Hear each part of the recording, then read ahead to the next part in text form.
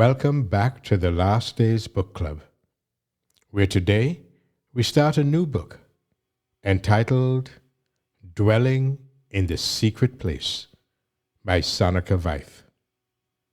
This is an ebook available online by downloading from clashofminds.com.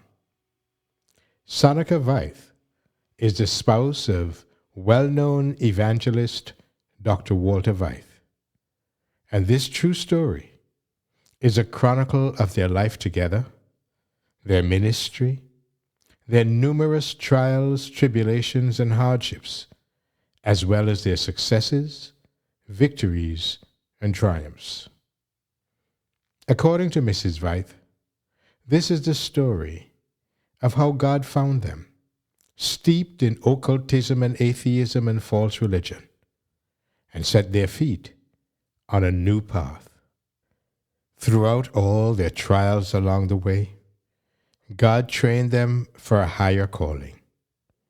And despite the numerous afflictions, He brought them joy and patience and healing from the scars of their past life. Through the windows of His endless love, they learned to see mankind in a different light, and they longed to bring to every soul the peace and salvation they had found.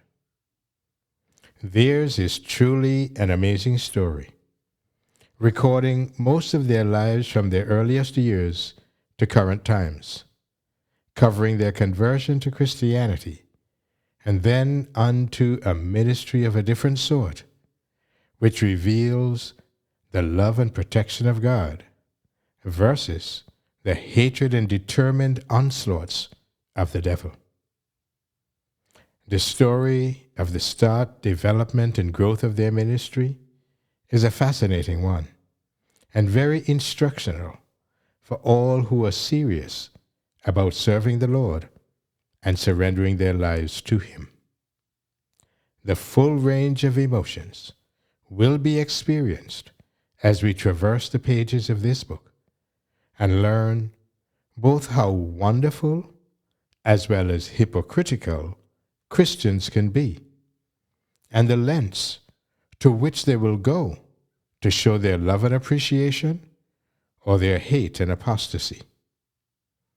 We trust that you will enjoy every moment of this dynamic true story of two simple, normal people caught up in the drama of the great controversy between Christ and Satan. Chapter 1. Little Fish Out of the Water. Ezekiel 34 and verse 11. Behold, I, even I, will both search my sheep and seek them out. The chilling evening breeze folds its icy fingers around my neck as we come to a halt in the middle of the lagoon.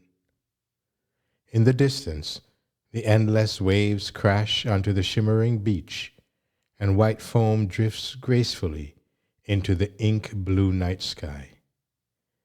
Beyond the sand dunes, the rising moon scatters its blood-red beams across the landscape. The smell of seaweed and salt in the blanket of mist on the water momentarily brings back a flood of memories from my stormy past. Shine the spotlight to the right side of the boat, our guide says. Seconds after the light had penetrated the black waters, suddenly, shiny silver fish start flipping out of the water all around the boat like cascading water fountains dancing in the moonlight. Within minutes, the boat is filled with writhing bodies, mouths gaping for oxygen. What an experience! Exhilarating, but at the same time strange, seeing the otherwise agile creatures, now so vulnerable, totally at the mercy of our guide on the boat. Helpless little fish out of the water. What is it that made them leave the safety and comfort of their watery home and venture into the unknown, even at the risk of losing their lives? I wonder. Relieved, I watch as Walter starts tossing the fish back into the water, and my thoughts are involuntarily being drawn to our life story. Images from my childhood, more than 60 years ago, flash through my mind. And as I peer down into the black lagoon, I once again find myself walking the stony road up and down the treacherous mountains of life, through both parched deserts and beautiful green meadows. How far we have come from the dark waters of our mysterious past into the unknown realm of our exhausting but intriguing present, and the exciting expectation of even more to come. I remember so clearly the day I walked home from school in my first grade. I noticed a German shepherd barking fiercely at nothing at all in the grass, and as I investigated closer, I saw a mole the size of the dog's paw, squinting against the blinding sunlight while bravely standing his ground against the enemy. Poor little furry fish out of the water. I always had great compassion for the underdog, or in this case, the undermole, and hurried to protect the defenseless creature. But to my horror, I was rewarded with a couple of bleeding holes in my hand. Not discouraged, and having a rather forgiving nature, I managed to wrap it in some clothing and took it home with me. It was only much later in life that I understood and experienced on a larger scale the saying, biting the hand that feeds you.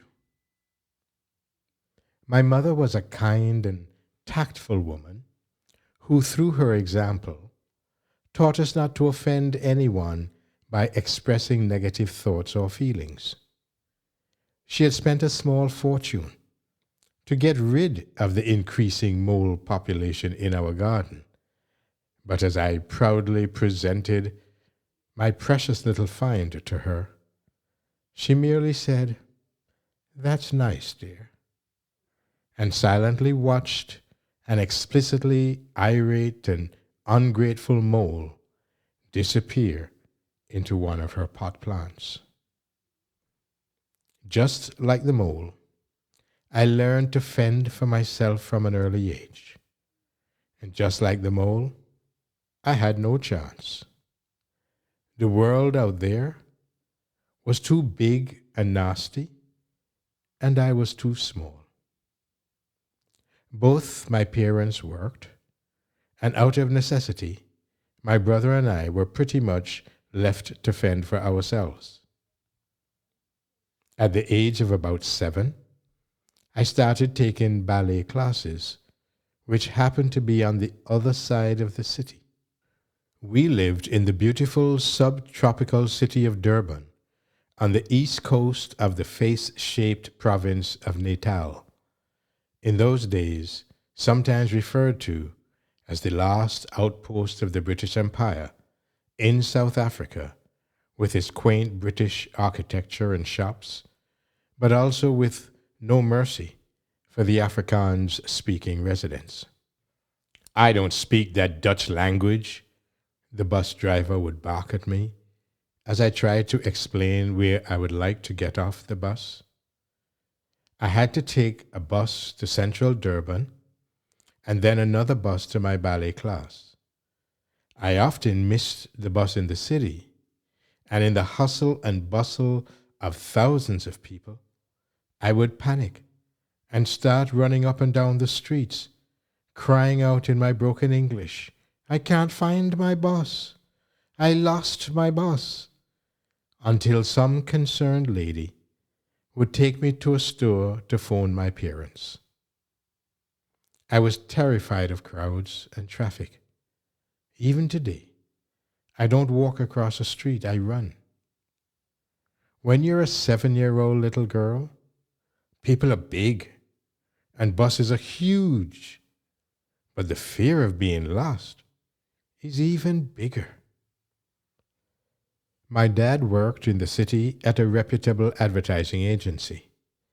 He was a very talented and creative man, a real dreamer, always searching for meaning in life, but never seeming to find it. After work, he had to fetch me at my ballet class on his way home, but he often forgot.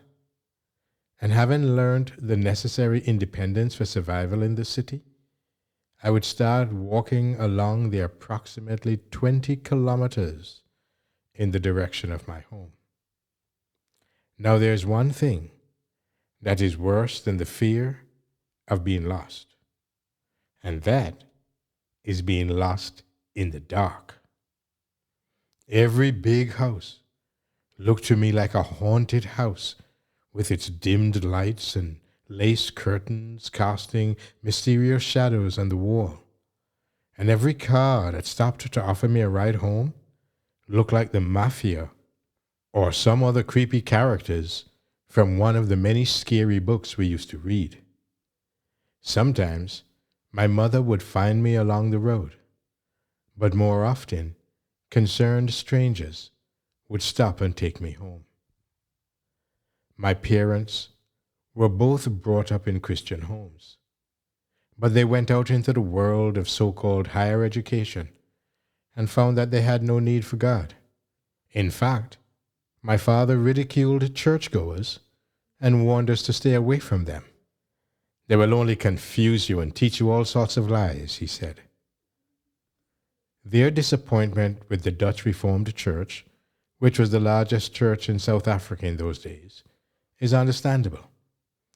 The church was a small Calvinistic remnant, descendants of the Huguenots who had fled the persecution in Europe and settled on the southern tip of Africa. A statue of a young woman with the Bible in one hand and a broken chain in the other was erected in the little town of Franschhoek, depicting God's church that had broken the chains of bondage to the dictating, persecuting church of the Middle Ages, while clinging to the Bible as their only authority. Now, more than 300 years later, church and state once again joined forces, and the church had become the cloak to cover the dark motives and deeds of the politicians, and of course, vice versa. I had great respect for my parents. Both were intelligent and refined, respectful to others, as well as being respected and loved by others. As a successful young newspaper reporter, my father was asked to investigate supernatural occurrences, such as the escalating so-called poltergeist reports. At first he was very skeptical, but soon he was drawn into every conceivable mystical realm, from Spiritism to Eastern religions, the New Age movement, and even Scientology. In one of his books, he recorded his experiences during the hundreds of seances he attended and his poltergeist investigations, as well as his own astral projection or out-of-body experiences. One of the seances became the turning point in his life.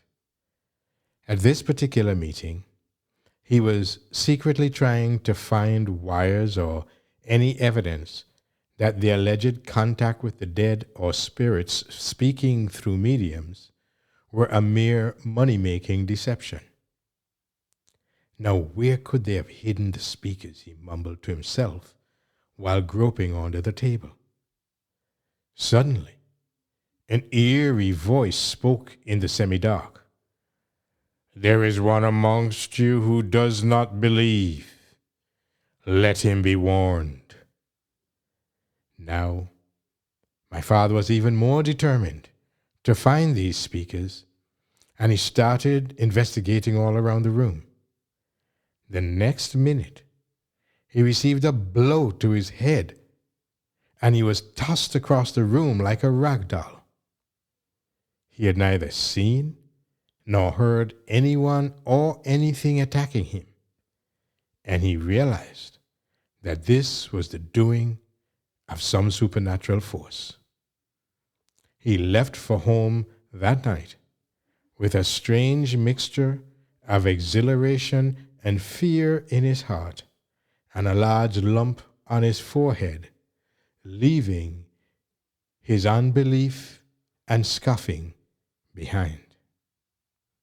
He was now convinced that these manifestations were real, and he developed an intense interest in the dark world of this hitherto poorly researched mystical realm. One of the investigations my father and his camera conducted for the newspaper was the incident with the baby.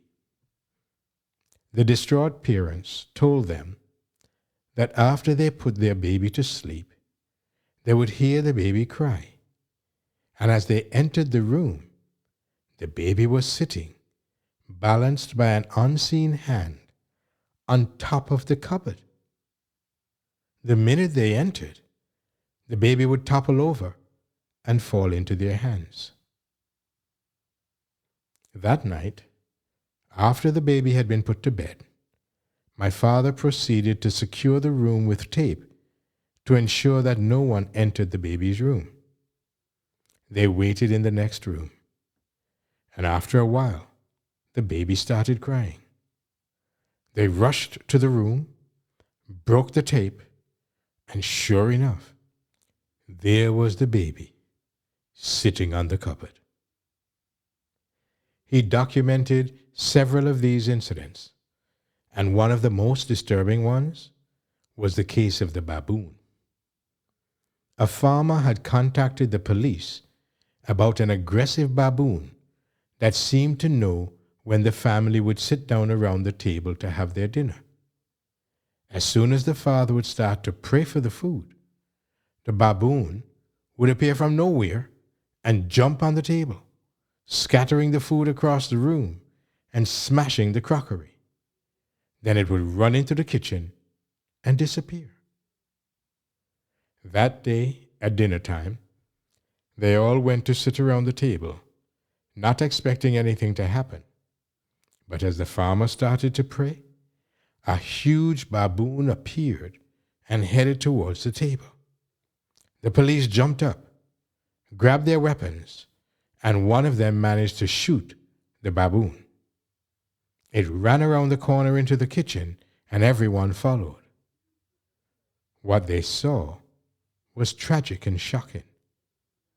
On the floor lay the family's housekeeper in a pool of blood, but no sign of any baboon. Now there was an added dimension to this mystery. My father was convinced that these manifestations were the work of unhappy departed spirits of deceased humans who never had closure with situations and people before they died. But he also believed that there are good departed spirits who watch over their loved ones and even communicate with them. This is why, in the seances he attended, they would pray to the good spirits to protect them against the bad ones during the session. My mother, on the other hand, was more academically inclined, a fine teacher and lecturer, and later professor at the university. She never seemed to be interested in all the weird ideas and phenomena that had become so much a part of our lives.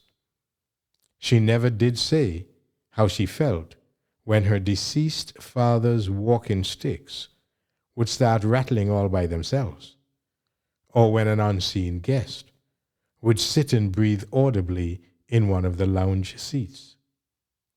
We believed it was Grandpa visiting us, and it became a normal part of our lives.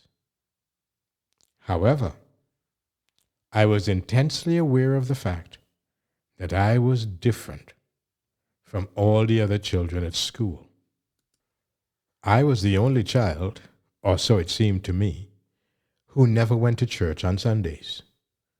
We never baked cake for the church fete, never knitted multicolored squares for blankets for the poor, or sang in the church choir. Brief clashes with my parents.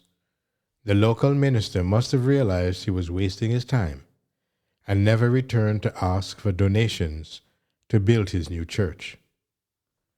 Back then in the 60s, South Africa was still one of the last Protestant strongholds, a country of strong principles, refusing to adopt the corruptive ways of Hollywood, which had swept across the world. Sermons were preached against the decadence of the West and against atheism and communism of Eastern Europe. Government allowed no television until the 70s, and a censor board screened the films that were permitted to play in the movie theaters. The young South Africa, then referred to as a land of milk and honey, prospered and grew, its mineral and agricultural wealth and technical and medical excellence surpassing that of many of the developed nations. Up until the early 80s, a rand was worth as much as a US dollar, and before that, it had almost the same value as the British pound. World powers took note of this promising land with its gold and diamonds, and before anyone noticed, the hyenas moved in to steal away the hard-earned meal from the lions. South Africa had become the special target of these powers who had planned a silent takeover, a new order of things for this country and its people. But as a child, I knew little about politics or religion. All I cared about was to be accepted by my peers. On Sundays, while my parents were working in the garden, the neighboring families would come walking by, all dressed up in gloves, hats, silk stockings, and suits and ties, with the Bible under the arm. They would exchange mutually disdainful stares with my parents, and then disappear into the large church around the corner with its phallic symbol, as my father jokingly called the tall steeple. It was more than 30 years later that I understood what he meant. Innocence, but never ignorance, is bliss. Or rather, as I discovered later, not even innocence is bliss in this perverted world. There's bound to be someone to take advantage of it. My brother, who was 5 years older than I, was handicapped to a certain extent. Shortly after receiving the polio vaccine, my parents noticed abnormal function and development in his right leg. One specialist after another shook his head in frustration as they failed to diagnose the boy's condition, but it never occurred to anyone that the vaccine could have caused the dreaded disease. He had numerous operations, during which doctors attempted to transplant muscles and nerves from the healthy leg to the affected one. And after many years, he was able to get by on a rake-thin leg with a club-like foot. Children can be cruel, and once he even got into a fight at school with someone who mocked him. While on the surface, it seemed that he was coping well with his condition, he suffered from a poor self-image. And it was only when we were alone together at home, which was most of the time, that he started revealing the frustration and bitterness in his heart. His fits of rage and the projection of his insecurity upon me drove me away from home during the day, and I spent most of my time roaming the streets. Some nights, my parents would go out to dinner. I hated more than anything being alone with my brother at night. He would tell me horror stories, make dreadful noises, switch off the main light switch, and blackmail me into doing whatever he wanted before he switched it back on. I became terrified of wolves, although there are none in Africa, black cats, and any scary thing that I imagined was lurking under my bed. Often my parents would come home after the night out and find me sleeping with an axe or a saw for my protection beside me in the bed, with all the lights on. Of course, when you live in a subtropical region without screens on the windows, that meant coming home to thousands of flying ants, beetles, moths, and mosquitoes that were drawn to the light on those hot and humid summer nights. South Africa was a beautiful country, and for someone who loved all living creatures, except those under my bed, Natal, as it was called then, was paradise. My greatest joy was those large green chameleons. In those days, there were still many of them, and at one stage, I had up to 20 in my bedroom on pot plants. We even had tribes of monkeys in our garden, and they all had names. One of the females was named Stompstert, which meant she had no tail. But apparently, that didn't deter the menfolk. One day, she proudly came to show us her pink, hairless little newborn, when all of a sudden, one of the younger females leaped forward and snatched the baby away from the mother. The bewildered mother tried to grab the baby back, and to our horror, before our eyes, the baby was torn to pieces. The most frightening crying sound rang through the forest, and for many days we never saw them again. Then early one morning, she was back again, all alone, looking nervous and bewildered.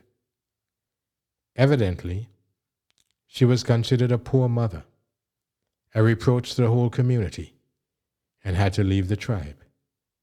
Another lonely fish out of the water. Even at my tender age, I began to understand and experience injustice as I learned it in the lesson book of nature. But as I grew up, I realized that the so-called more advanced form of life, the human being, would excel in even worse than beastly behavior. I would often think of my childhood friend, Ivan, wondering how he was surviving in this cruel world. I missed the days when he lived just a few houses away from us in Johannesburg. Ivan's mother, Merle, was a colleague of my father and had more marriages and children from different marriages than anyone cared to know. She would often bring 5-year-old Ivan to play at our house and then disappear.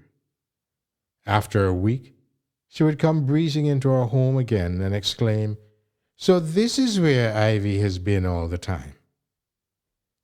My mother faithfully took care of him and kept some extra clothes, knowing that he would soon be back the next time his mother punished him by making him sit outside the front door in the cold and dark. How often would he run to our house and knock at the door? "Please, may I sleep here with Sonica tonight?" And then he would crawl with his cold feet into my bed, snuggle up, and fall asleep.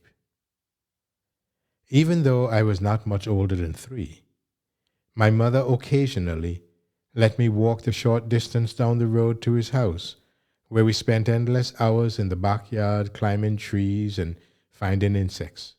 Having the advantage of being older and a thoroughbred Englishman, Ivan took it upon himself to teach his little Afrikaans-speaking friend the English tongue. Bet you don't know what a caterpillar is, he once said with a know-it-all smile on his face. Ag, of course I know, man. It's a pillow which a cat sleeps on, I said without hesitating in my broken English, and resumed my search for some more insects or goggles, as we call them. For a while, Ivan looked puzzled. He had to admit, I certainly seemed to have a point. One day, I was on my way to Ivan's house. When a few houses from his home, I looked up and stopped dead in my tracks. At the gate of the house stood an old lady dressed in black with a black pointed hat. On the wall beside her sat a black cat, its tail twitching ever so slightly, as he and his mistress looked silently at me. I stood frozen for what seemed hours. My legs felt like jelly. But then I took off at a speed down the road home. I must have been screaming my little head off because a lady came rushing into the street, caught me, and tried to calm me down. What happened, dearie? What's wrong? She asked, but I couldn't utter one intelligible word. I wriggled my way out of her grip and ran home. Needless to say, I never walked that road again. My parents thought I was imagining things, but my fear was very real, and it never dawned upon them that the beautifully illustrated books with fairy tales and witches could have such a powerful effect on a little child's mind. That seemed such a long time ago. What are you thinking? My little friend down the road was staring at me. She was my only friend in Durban, just another little red-headed, freckled fish out of the water. Katie's life wasn't exactly a bed of roses either. Her father was up north at the mines earning money, while her mother and pretty blonde sisters seemed to earn better money entertaining men. During such occasions, Katie was locked into her room or sent out of the house. We spent many hours together, stealing strawberries and granadillas from the nun's garden, climbing trees, or just lying in the long natal grass, telling stories while watching the clouds form the shapes of animals as they drifted along. Remember the Bible my grandma sent me? You know, the big one with the gold letters, I asked. Katie nodded. Well, someone stole it today from out of my desk. I took it to school to show my teacher, and then after break, it was gone. One of the little girls said, "So what? You don't need it anyway. You don't even go to church." Katie said nothing. She shook her head slowly and handed me a succulent stem from a tuft of grass to chew on. As time went by, I became more and more withdrawn. I had a very real battle raging inside me. I wanted to end the constant abuse by my brother, but knew that telling my parents would destroy relationships, and apart from his blackmailing threats, I loved my family, even my brother, too much to see them hurt. Although I did well at school, I struggled to communicate with anyone other than Katie, and my father thought it well to send me to Scientology for a few sessions to clear my karma, or whatever they thought it was that needed clearing. I was probably the most unwilling 12-year-old guinea pig the organization ever had to deal with. I resisted answering their personal pryings while attached to a lie detector called an e-meter, and was subsequently unable to clear the first level, let alone the following higher levels. My refusal to cooperate frustrated them, but later proved to have protected me against future involvement in any such experiments in mind control. The experience, however, served to make my condition worse, and I was unable to speak for many years thereafter, even into my adult life. There is one lesson my parents taught me, for which I am forever grateful, and that is not to accept everything you hear, but to search for yourself, although they probably never dreamt that it would lead me into a direction they hardly dared to explore themselves. One Sunday, as I watched the Kurgogas, or church creepy crawlies, as my parents call them, go to church, I felt prompted to find out what was inside a church, despite my father's warnings. The following day, when I came home from school, my brother was waiting for me. I was once again too timid to stand up to him or to tell my parents what he was doing, but I just ran off into the street. Tears poured down my face as I ran to the nearest church and tried to get inside. The Dutch Reformed Church was secure and solid, no intruders allowed. I kept walking, hoping that somewhere there would be a place where I would be safe. But the Methodist Church was also locked and dark inside. So was the Presbyterian Church, and likewise the Church of the Doppers, a Reformed splinter group of the Dutch Reformed Church. What use is their God when he's locked inside the church, I thought, as I walked aimlessly along the busy Umbilo Road. Then I noticed, tucked away among a clump of trees, a little stone chapel with some mossy graves alongside. I walked quietly up the cobblestone path towards the solid front door. It seemed abandoned. The pathway was covered with dead leaves and twigs, and the roses had died. I turned the brass knob, expecting to be disappointed again. But the door swung open with a whining creak. Inside, it was dark, and the air was stale. There was the smell of old oak, much like in wine cellars, and as my eyes grew accustomed to the dark, I saw pews covered in soft red velvet, some pictures and figures on the wall, and organ pipes on the gallery. I stood frozen for a few minutes, waiting to be scolded and thrown out, but I was alone. I sat down in the pews, looked up at the small stained glass window, and started singing.